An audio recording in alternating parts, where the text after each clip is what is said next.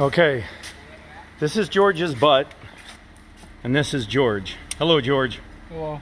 That's Mike.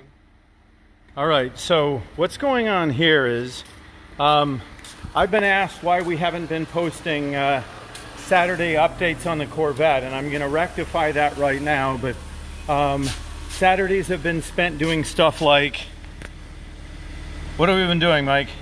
Fixing a German car. Well, that's just today. And this is George. He's a pain. Hey. He drove down from DC just so that we could fix his car. Hang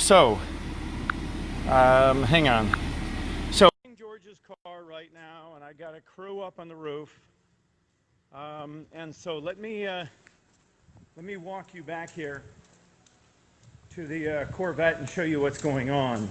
I would love to say that we've been making huge progress, but quite honestly, it's been one step forward and two steps back. So Heath is actually working on emblems from a 1993 Corvette. That's what those are.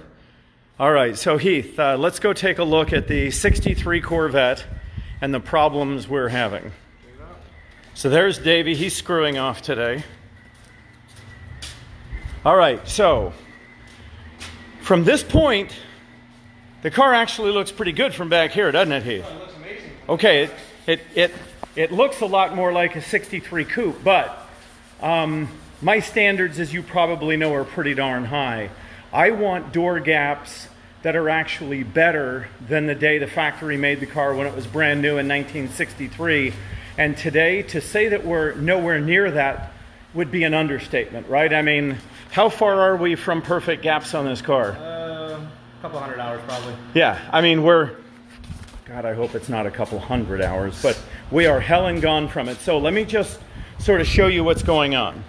So these are the replacement doors, which, by the way, we found out the reason the right door wasn't fitting at all was the door had been crushed in an accident, and whoever repaired it crooked, and we could never get it straight no matter what we did. And so finally found out that the hinge mounting plate was actually crooked by about 3/16 of an inch, but that was throwing the door off by like almost a full inch. All right, so here's what we're doing, is we're rebuilding this car, and I was told that we could use this plastic bird cage. And in theory it works okay, but what do you think? Is it quite as easy as it should be? It's definitely a lot easier said than done. Yeah, so it's been 3 weeks of, and when I say weeks, I mean really Saturdays. Like 3 days. Yeah, three days of cutting and fitting, and you can see right now that let me just sort of walk you through what you should see. This line here should match up with that line, and I don't care about the gap. You can see that that line's getting fairly close. But Heath, press down here on this point as hard as you can. No, I need to see this. Press down here. Well, so you can see that we're getting very, very close here, but you see how far we are here. So one of the problems is that this line here is actually quite far off. So here's what happens when you close the car door. An inch. So that's obviously a big problem. The other problem is this: our roof is standing about 1/4 inch proud of the doors, which means the entire roof needs to be sunk down here. And by the way, that's way easier said than done. And so as we run our lines up here, you can see just how far off we come here at the windshield, that we're actually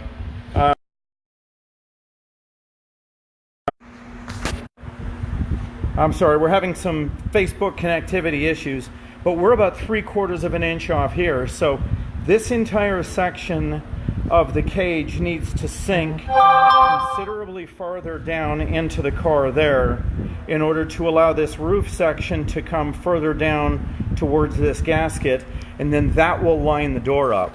So long story short, you know, this right now looks good from afar, but it's far from good. That you can see it's starting to look like a 63 Corvette. Obviously, we're waiting on our not new but replacement right door. We've made huge strides here. We've actually noticed we've got a front end on it that actually has The recess is all the correct hardware for mounting headlights. The hood is starting to get close. You can see, you know, lines are anything but perfect, but we're, you know, you work this stuff, like you can see it's super fat here. It's actually about correct here. It's too close here. So, you know, it takes hours and hours and hours of handwork to massage these cars into place and get them right. You know, this car, I was certainly hoping things would fit a little bit better than they are, and right now it's just it's kind of that part of the project that you hate, because you know you can spend 8, 12, 16 hours working on it, and at the end of the day you walk home, you're kind of covered in fiberglass, you're pissed off, you're sweaty, because you just haven't really seen things go all that well. And would you kind of admit that that's the stage we're in right now? Nailed it. Yeah. I mean, you know, it's progress, because you can see it looks better, but it's going to be weeks more of this work to get all of this to line up. Now, let me show you the good news. I'm going to walk you into the booth, because there's another one in there that just went back to the original color, and I'm going to show you what it's going to look like. And obviously this is in the booth, which means it just got shot. We haven't even taken the paper and the tape off it yet. But so coming into our booth, this is a correct color for this. Hang on. Audrey, sometimes, I'm not sure what you're saying, Audrey, so if you can clarify that for me. So take a look here, and let me see, I'm not sure if I want to latch this door. I think I can. Yeah. So this is obviously the kind of effect we're going for. You can see the gaps just run perfect and true all the way along the door and down the front. Okay, so, you know, in the end, that's the effect we're looking for. I don't know that you want perfection, but you want close enough to it that you just end up with a magnificent product. And again here, take a look at the passenger door, or the driver's door, and look at that. With just a gentle push, it closes, and the lines are just magnificent. So what I love about this car is that it's come a long way too. It was originally a gold car with a saddle interior, and I never really liked that combination, or at least I didn't think I did, but I'd never actually seen a 63 Corvette painted that color scheme. And then I was in the show at Puerto Rico, and a man there had a 63 split window coupe painted in the original gold with the saddle interior, and I realized it was the most beautiful Corvette I'd ever seen. So that Corvette went gold for that reason. This Corvette, which was sort of the surprise project, is going to end up going silver with the red interior. Yeah.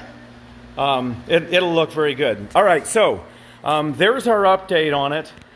You can see it still looks like crap on the inside. I mean, folks, there's just a long way to go. I will try and do better. I swear I will, of keeping you guys sort of up to speed on where we are.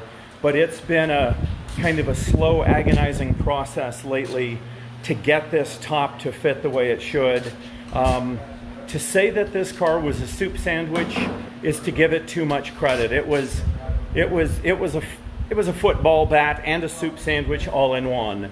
It was bent, it was crooked, it was corroded, but in the end it's going to be magnificent. It's just going to take a lot more work to get it to that end point than I planned. So, any parting words, Heath? Are you still having fun? I'm having fun. Have a good day. All right.